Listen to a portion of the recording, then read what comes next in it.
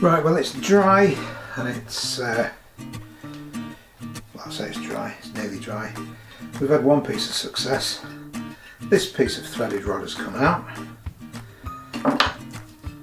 This one's a bit trickier, a bit more firmly embedded in the rust. And this blade still has no intention of shifting. So we've got an appointment with a vise in a minute and a hammer. But first of all, this is wonderful stuff. It not only protects it, it lubricates it, it loosens it, and it doesn't take all that long to soak in.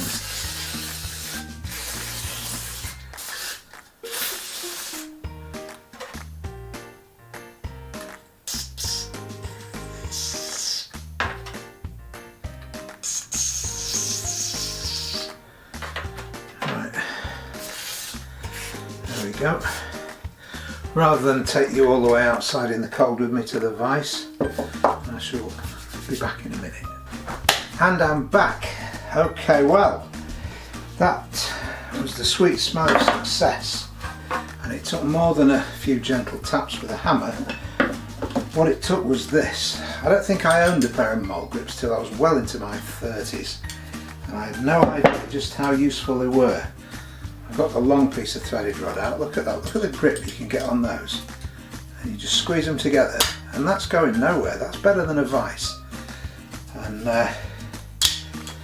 that's what it required to turn this piece of threaded rod and get it out of where it was holding the blade against this stop here.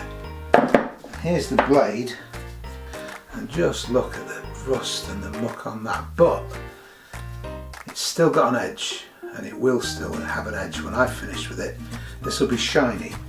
For now though, for tonight, another soak in the vinegar, just to clean up any other bit that's left where two pieces of metal were touching each other and I couldn't get to them. So I'm not going to give it 24 hours, I'll give this till morning, and then I'll come back, give it another scrub and another wash, and we'll take it from there.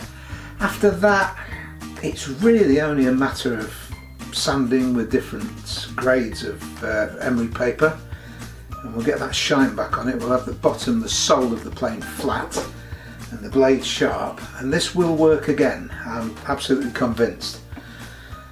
I don't like the fact that these handles are plastic, but I'm not going to change them because they are the original ones. But what I am going to do is paint them, and you will see why she's going to be called Lavender. And that'll do for now. I'll see you in the morning.